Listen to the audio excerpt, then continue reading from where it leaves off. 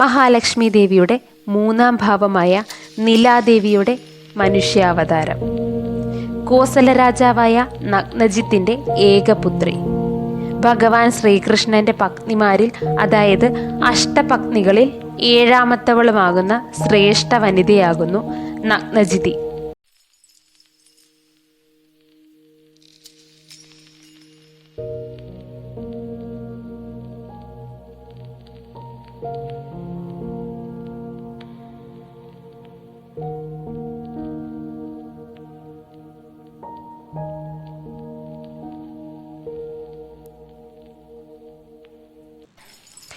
നഗ്നജിതിക്ക് സത്യ എന്നൊരു നാമവുമുണ്ടാകുന്നു.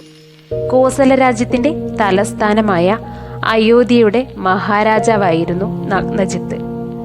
കോസലപതി, അയോധ്യ നടേശൻ എന്നൊക്കെ വിശേഷിപ്പിക്കപ്പെടുന്ന അതിശ്രേഷ്ഠനായ പുരുഷന്റെ ഒരേ ഒരു പുത്രിയാകുന്നു ലക്ഷ്മി ദേവിയുടെ മൂന്നാം ഭാവമായ നിലാദേവി. നിലാദേവി എന്നാൽ വിഷ്ണു ഭഗവാന്റെ ഇച്ഛാശക്തിയാകുന്നു. കൂടാതെ നിലാദേവി സൂര്യൻ, ചന്ദ്രൻ, അഗ്നി, തമസ് എന്നിവരുമായി ബന്ധപ്പെട്ടിരിക്കുന്നു. വിഷ്ണു ഭഗവാനായി മരുവുമ്പോൾ നിലാദേവിയുടെ സ്ഥാനം വിഷ്ണു ഭഗവാന്റെ പിൻഭാഗത്താകുന്നു. കോസല രാജ്യത്തിന് അധിപതിയുടെ പുത്രിയായി പിറവി കൊണ്ടതിനാൽ തന്നെ നഗ്നജിതി എന്ന സത്യാദേവിക്ക് കൗസല്യ എന്നും നാമമുണ്ടാകുന്നുവെന്ന് ഭാഗവത പുരാണത്തിൽ വ്യക്തമാക്കുന്നു.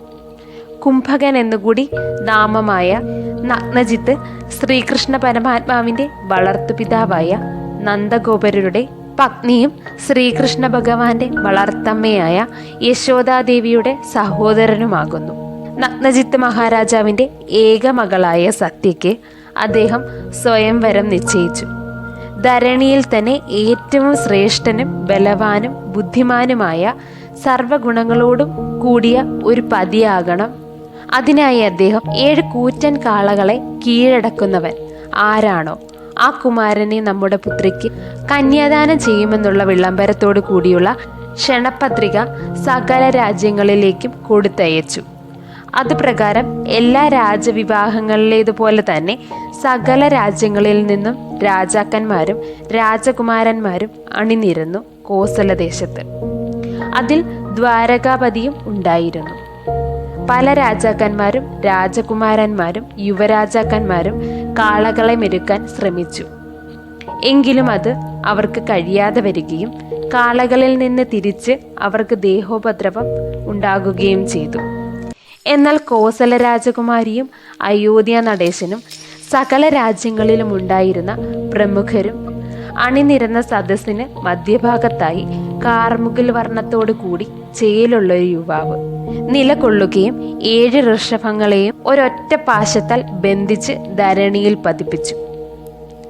ആ കാഴ്ചയിൽ നഗ്നജിത്തിന്റെ പുത്രിയുടെ മനം കോൾമയിൽ കൊണ്ടു.